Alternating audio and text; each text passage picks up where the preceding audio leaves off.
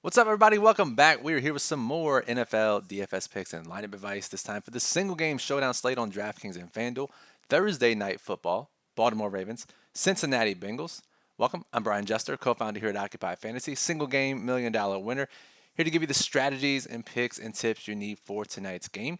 In this video, we'll talk about the injuries that impact tonight's slate. There are a couple, nothing too major. We'll discuss low risk lineup construction tips and then strategies to win the biggest prizes on both DraftKings and FanDuel. Let's not waste any time. Let's get started with those injuries. And we'll start on the Cincinnati side. And T. Higgins is out once again. Hurt his hamstring in practice last week, missed Sunday's game, hasn't practiced. He's out once again. They are calling him week to week. So he'll be out.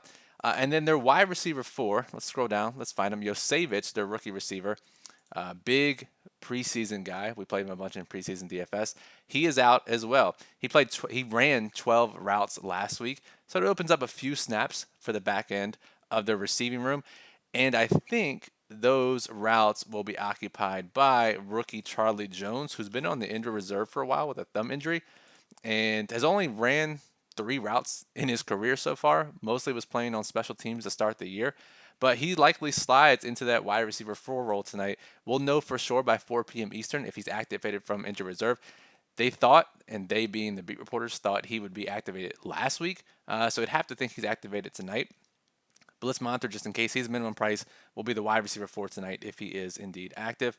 And if we look at what happened on Sunday, it's very similar to what happened back versus the Arizona game, I believe, when Higgins was out earlier in the year.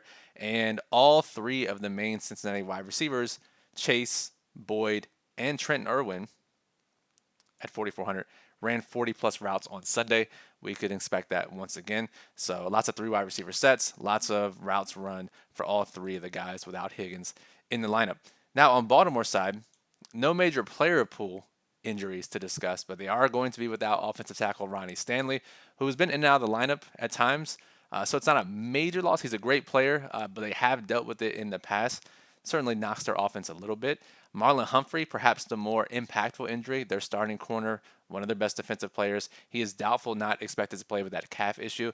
So while Baltimore has been historically good so far this year by many advanced metrics, 2 injuries to 2 of their most important non-positional players are not non-offensive skill players are pretty important. So a little bump to the Cincinnati passing game with Marlon Humphrey out of the lineup as well. Devin Duvernay, their rotational wide receiver, he is likely going to be out tonight. Injured his, I believe it was hamstring in practice on Tuesday. Didn't practice Wednesday.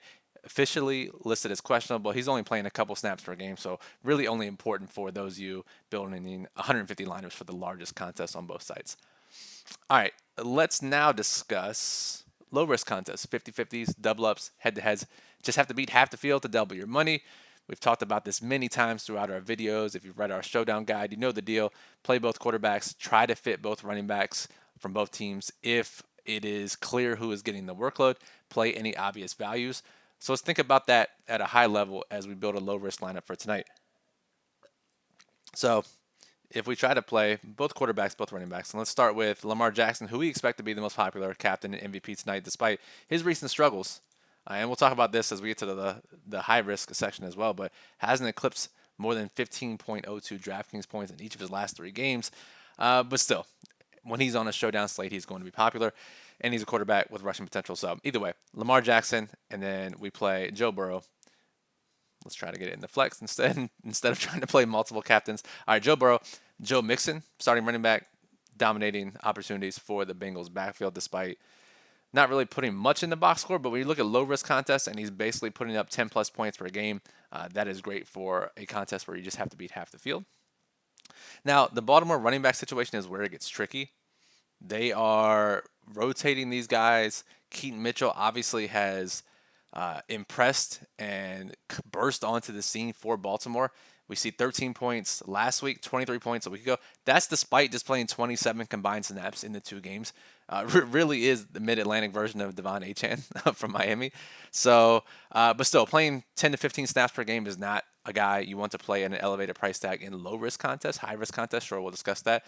Gus Edwards getting the goal line work is probably the safest of the group. Justice Hill playing third downs and some longer down and distance stuff. He's down at 2,800. So if you want to play a guy, it's Gus Edwards, but really don't need to play a three-headed backfield in low risk contests in Showdown. So let's ignore that. 4,700 left per player. We have a few values at the bottom we can get into. Tanner Hudson has been on the field a lot, has been getting opportunities. If you play him, he's a guy. And then you have Trenton Irwin, who's going to be by far, the most popular guy in this mid-tier range. Once we get to the high-risk section, we'll talk about how devoid of ownership this entire group is. So Irwin, 40-plus snaps on a high-powered offense. That leaves you 7,200. You could play Gus Edwards here. So it's not the worst lineup in the world to play something like this. If you want to switch around the captains, if you want to fit in Jamar Chase over Mixon, wouldn't really fault anyone for doing that, especially with Marlon Humphrey out. That just changes how you're going to build after this. So different ways to play it, but really it's Jackson, Burrow, the two guys you want to fit in, probably Hudson on DraftKings, probably Irwin on DraftKings, and then how you fit the final two spots is up to you. Now, FanDuel, it is a little bit different, obviously. Let's go over to FanDuel. So Lamar, Burrow, with the price savings, with the scoring system, Mixon over Chase is definitely the play here. 7,250 left per player. And we do have some values we can play. Generally, we don't like playing two values on FanDuel, but there are some guys who are underpriced. So you could play Tanner Hudson, who we've talked about already. You could play Rashad Bateman, who overtook Odell Beckham for the wide receiver 2 role last week. They had been neck and neck, or even earlier in the season, Odell Beckham was playing more snaps, running more routes than Rashad Bateman. That flipped last week in week 10, so Bateman is underpriced on FanDuel at $6,500. That leaves you with 8K. You could play Irwin, you could play Cincinnati defense, you could play Hudson, but this is probably the way to go. And again, as you look at the Baltimore running backs on FanDuel, Edwards 12K, more valuable on FanDuel with his goal line role that he's been having for the past few weeks. You look at Keaton Mitchell, 8,500, and Justice Hill's all the way down here at 7K. So it is tricky and definitely a difficult low-risk slate, especially on FanDuel, because you're going to have to sacrifice someone, and you know if you leave Gus Edwards out, you're going to watch him rumble in for 2 goal line touchdowns. So prefer DraftKings low risk tonight. It is possible on FanDuel. Just monitor the contest, see if you can find any contests with entrants without experience badges or some really soft, smaller double-ups, 50-50s, head-to-heads. But it is on the tougher side tonight due to the 3-headed backfield for Baltimore. All right. Why you are all here is for the biggest prizes. 100K up top on FanDuel, 500K up top on DraftKings. Let's talk about high-risk strategies for GPPs, leagues, satellites. You have to beat a lot of people to win a lot of money, really exponential payouts. So let's discuss some strategies, discuss some angles, discuss some players that I'm considering for these types of contests. All right. Despite Baltimore being a 3.5-point favorite as of the time of this recording, builds are surprisingly in Cincinnati's favor by the field. When I say that, I mean most of how the field is going to build their lineups will include 4 Bengals players or 3 Bengals players with a Bengals captain, even 5 Bengals players. And you may wonder why that's the case if Baltimore is the favorite. But truly, it's because of the split backfield in Baltimore, taking away and fracturing their ownership there. Baltimore being a lower volume passing offense compared to Cincinnati. And Cincinnati is having clearer roles and clearer values. When you can play Trenton Irwin at 4,400, when you can play Tanner Hudson, when you can play Drew Sample even, Irv Smith, like all these guys are getting targets and running routes and on the field. Whereas the lower volume of Baltimore, despite being the favorite, it's less predictive of how their scoring is going to go, and therefore ownership is decreased as a result. So, obviously, if you're playing 150 lineups, you're playing 20 lineups, you can play for game scripts where you play some Baltimore guys, and those guys get the offense. You play some other Baltimore guys and other lineups, those guys get the offense. So playing more balanced or more Baltimore-heavy lineups, while Cincinnati side either – and the nice part about that is if you flip the script – we've talked about this before in these shows, but if you flip the script and you play Baltimore-heavy lineups, there are multiple ways that can get there. Either Baltimore wins convincingly and Cincinnati doesn't do as much, which is possible with this Baltimore defense, or Cincinnati's scoring is concentrated. Jamar Chase gets most of the work. Mixon vultures a couple touchdowns. The mid-range guys, they handle all the work. Definitely ways it works and multiple avenues to victory despite what the field is doing. So it's always something to keep in mind when you're building for larger GPPs especially. All right, let's take a look at some of the cheaper guys. And this applies to both DraftKings and FanDuel as far as their viability in larger contests or even smaller GPPs as well. And let's look at this mid-range first of all. It's an absolute dead zone on DraftKings. And when I say dead zone, I mean players that we expect to exceed 20% in total ownership, right? If we start at the top, Keaton Mitchell, $5,600. Maybe for those who are box score watching, we'll click his name first. But if you look at traditional projections, he may get over 20% in some contests, but we expect him to be under 20% at $5,600. Justin Tucker, no matter the name, once you get a kicker to $5,400, it is really difficult to see them over 20% total ownership. Odell Beckham, we talked about the role change. He and Rashad Bateman splitting roles. The field's not going to want to click in the Baltimore wide receiver 2 or 3, so they're technically a little overpriced here. They likely won't exceed 20% ownership. Ravens defense, I could see getting over 20% in this game. Just historically, and being only $4,600. Irwin's the guy that's going to probably exceed 30%, right? You look at Trent Irwin, what he's done in the 2 games that Higgins has missed, 13.4 points, 14 points against Arizona. He's going to project the best out of this entire group, and therefore is going to be the most popular. And rightfully so, just based on median projections. Then you have Evan McPherson. Maybe he gets over 20%, maybe the Bengals, but no one's going to be 25% plus outside of Trent Irwin. And then when you get down to Irv Smith and Justice Hill, the same thing. So while the field is going to build multiple studs and jam in a couple of the values down here, the easy leverage, especially in smaller contests, but larger contests as well, you play any of these sub 20% guys here, Keaton Mitchell, who we've seen. Let's say they decide to give him more work. That's unlikely on the short week, but we've seen his explosiveness.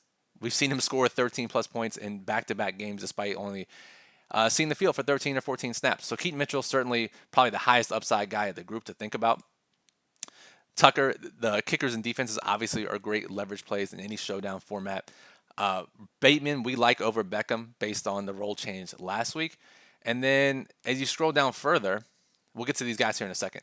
But this mid-range is definitely the range to target if you're looking to get different with one spot in your lineup. And your build will automatically be a little bit more different than a majority of the field. So certainly the range to target on DraftKings tonight in high-risk contests. Now, as we scroll down, Irv Smith, Tanner Hudson, Drew Sample is interesting to say the least, right? Irv Smith came over in the offseason as a free agent, was being drafted in best ball. Tanner Hudson's a guy that has won many of us so many dollars in preseason DFS, has basically turned into Kelsey when he's on the field in preseason DFS. And the Bengals have turned him into Kelsey when he's been on the field so far this season. If you look at Tanner Hudson's numbers this year, it's kind of crazy. If you look at just routes run last week, Hudson ran 20 routes, Irv Smith 15, Drew Sample ran 12. So all these guys are seeing a decent amount of routes for their salaries. You look at when Hudson has been on the field this year, 95 snaps he's been on the field for Cincinnati, and he's drawn 18 targets.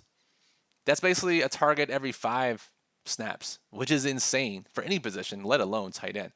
So they clearly like what this guy brings to the table in the receiving game. We've seen 12 targets over the last 2 weeks. He is far, far, far too cheap. Probably a guy I would lock into smaller GPP lineups, a guy you probably want to get overweight on in larger field as well. Just an insane role for a guy this cheap and a guy who's playing part-time basically. So Tanner Hudson's a guy we like a lot. But then Irv Smith and Drew Sample are also on the fields running routes, pivots away from Tanner Hudson in case that role changes or whatever. But let's go down to Drew Sample really quickly. And Drew Sample's $400 cheaper, or $2,200 cheaper at $400 and seeing targets as well. So Cincinnati tight ends are a great way to get leverage tonight, whichever route you decide to choose. Let's see here. What else do we need to talk about? Let's talk about these other guys. The Baltimore backfield. So I mentioned the fractured workload for these guys. But if you look back to just 2 weeks ago, Justice Hill played 48 snaps. Let's look here. That was against Seattle. That was a blowout game. So obviously that changes some things, right? But they didn't give Keaton Mitchell the extra work there. They gave it to Justice Hill. But there are paths to where Justice Hill leads this team in snaps tonight, and he's by far going to be the lowest owned. We got Gus Edwards over 20%. We got Keaton Mitchell 15 to 20%. Justice Hill less than 5%. So for leverage purposes in a 3-headed backfield, Justice Hill is easily the answer tonight, and a guy that if you're playing larger contests, you have to get overweight on. I mean, you don't have to do much to do it either, right? You play 10% Justice Hill, 20% Justice Hill, and you're easily far overweight compared to the field. Definitely a way, when you look at these 3-headed backfields on showdown slates, playing the lowest owned of the group is always a profitable strategy.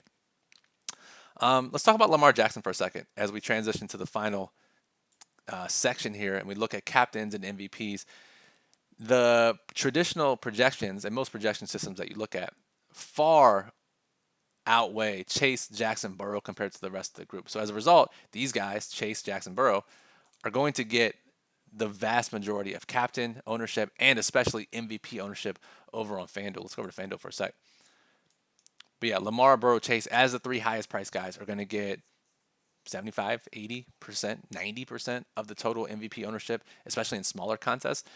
And while we've seen slates that in the past couple of weeks that have been similar to this, where you remember Brock Purdy, Christian McCaffrey. You remember, I'm losing off the top of my head, but the most recent slate, we've talked about how, Josh Allen and Steph Diggs. When you have these slates like that, you can either go all in on those guys as your MVPs or captains if you're blanking multiple lineups, or fade them completely and hope that a less expensive, less involved role player can outscore them. And we've almost seen that the past couple of times. However, tonight, I think the opposite. I think while I've recommended fading those guys in the past couple of slates, I think tonight what you want to do is go all in on Jackson, Burrow, Chase, whichever one you decide to choose. Maybe you pick two, maybe you go with all three, and play them heavily because we have enough low-owned options to differentiate those lineups, that mid-range on DraftKings, some of the cheaper role players on both sites. And their ceilings are just far too high to really ignore on this slate. And Lamar's the guy, I think, that if you were playing just one captain, one MVP, and you wanted to go all in on one, it would be Lamar. This is actually going to be the lowest both MVP and total overall ownership we see on Lamar Jackson really in any showdown slate. Talked about him not scoring more than 15 points in the last 3 games. But regression is coming for Lamar. Baltimore has scored 11 offensive touchdowns in the last 3 games. Somehow, miraculously, Lamar has only accounted for 2 of those, which is just insane to think about when you consider his skill set, his involvement in this offense, and just general likelihood and probability in general. So Lamar is a guy that's due for a big game soon. Why not on a showdown slate when we have him at the lowest ownership? We've seen him on a showdown slate in recent memory. So I think Lamar Jackson is the best leverage MVP, which is crazy to say when he's going to be 30, 40, 50% on FanDuel, 20, 25% on DraftKings. But I think he's in for a massive game. And when you have him with all the low-owned options we got, let's just name them just so you know.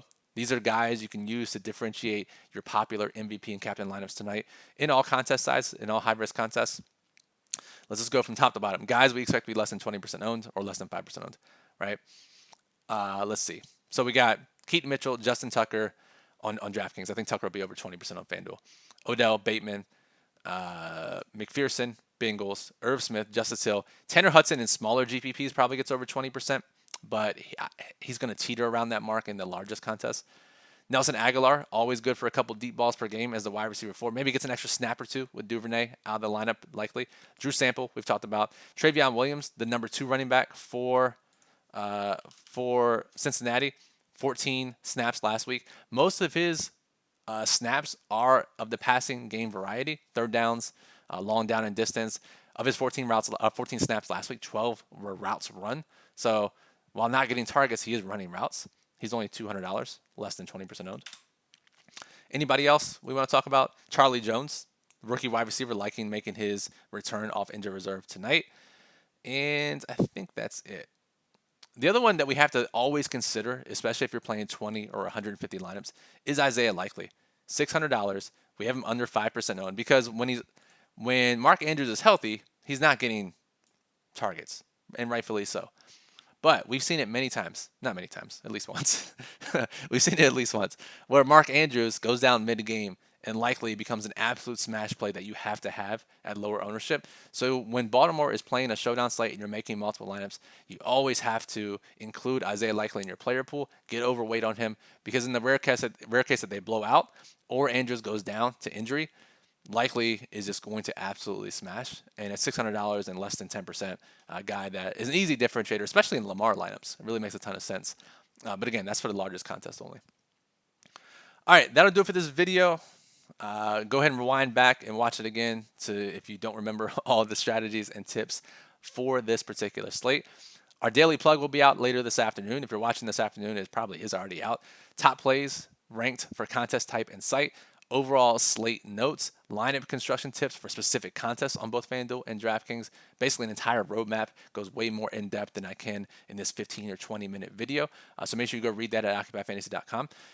Our Occupy model is up and running. Projected ownership is already in there for tonight's games for both FanDuel and DraftKings. Lineup builder is up and running, build up to 300 lineups. Using our optimal lineup criteria, all the custom rules we use for Showdown, that's in there ready to go. Go build your lineups. And if you like the video, make sure you subscribe here on YouTube. It's free to do so. Click that red subscribe button below the video. Let's get Isaiah Likely out of here. Let's put Lamar on screen. Subscribing is the best way to get notified when we go live, upload any new videos. Next week is Thanksgiving, so we'll have the short slate video. There's a random Black Friday showdown slate. We'll probably do a live stream for that. So if you're interested, make sure you're subscribed. You'll get notified when those videos are up or are going live. Give us a thumbs up if you like the content. We appreciate it. Lets us know that we should continue to make these videos. Helps the channel out. Nice little easy way for you to support the channel. Any questions, I will monitor this channel throughout the rest of the day. Drop a comment below. Any questions you have about the slate, I will happily answer them. Drop your predictions, opinions. We always love to hear that as well. If you want to sweat the games with us, you want to chat with other members of the community, you want to ask in-depth questions for the staff to answer, join our Discord server, occupyfantasy.com/discord. Link is in the description below. So for Occupy Fantasy, I'm Brian Jester. Thank you for listening, and good luck in tonight's Bengals and Ravens showdown slate.